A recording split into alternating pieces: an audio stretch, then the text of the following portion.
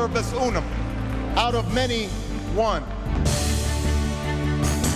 We don't need more heat, we need more light. This is the moment. This is our time. We will change the course of history. It's the same partisan spectacle that only hardens the disdain many Americans have towards their own government. The time for bickering is over.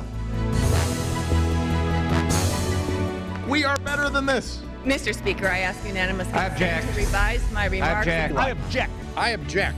I object. Both sides of I object. the aisle. I object. Object. And the hardest thing to change in politics is a stubborn status quo. But you can't give in to that cynicism. Do not let them win. Don't get cynical.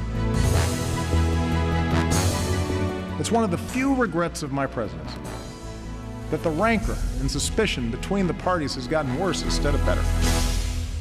How did that happen? What caused the polarization of our politics? And who's to blame? Vote these people out. That's the debate we'll settle in court.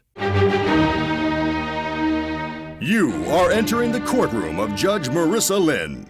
Real issues, real political arguments, settled here in our forum. This is Judge Merissa. All right, so let's start with the evidence. Clearly, the parties have pulled apart. Democrats in Congress have become more liberal, while Republicans have become more conservative.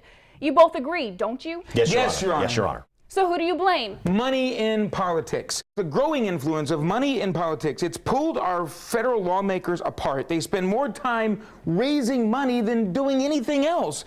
Less time getting to know each other and learning how to work together in Washington. They're too busy fundraising for the next campaign. So, Mr. Patrick, do you disagree? Well, I would say the voters deserve some blame here, the electorate, because voters overcorrected. They pushed out experienced deal makers and replaced them with mavericks who promised change, but the more they promise, the less they've been able to change, and the art of compromise was lost. Play Exhibit B. It's not enough just to change a congressman or change a senator or even change a president. You watch a sonogram at a 15-week baby, and they have movements that are purposeful. If they're a male baby, they may have their hand between their legs. I mean, they feel pleasure. I asked the chair, you know what this is? It's a snowball. And that's just from outside here. So it's very, very cold out, very unseasonal. So here, Mr. President, catch this. You can believe NASA, or you can believe the senator with the snowball. Yeah, absolutely. The more you drink, the more this will make sense to you. That is pathetic. Mr. Belcher, do you accept the evidence submitted into record? Well, I do, but I think there is a funnier way to demonstrate. Play Exhibit C. No one can even find the bill or even knows where it's at. The official copy will be at the desk. The official copy is always at the desk. Then where is it? At the desk. Is it now at the desk? You can see where the voters want to vote them out, but then they don't. Wait a minute. Play Exhibit D. What do you have a higher opinion of, Congress or dog poop? Yeah, there you have it. Congress is less popular than dog poop. Yes, it's true. I've seen the poll numbers. He's right. But look, voters don't like Congress as a whole, but they like their own member of Congress.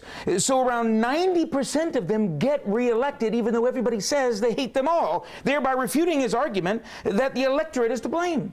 Mr. Patrick, what say you? Well, look, the people didn't really change here. The parties did. You have the Democrats used to have a big conservative wing in the South, and Republicans had a big liberal wing in the Northeast and in California, and it helped balance both of the parties until both parties lost one of their wings in this, and they pulled to the right and to the left, and specific ideology then prevailed, and that polarized the country around those politics. So now you're blaming the parties. Well, there's a lot of blame to go around.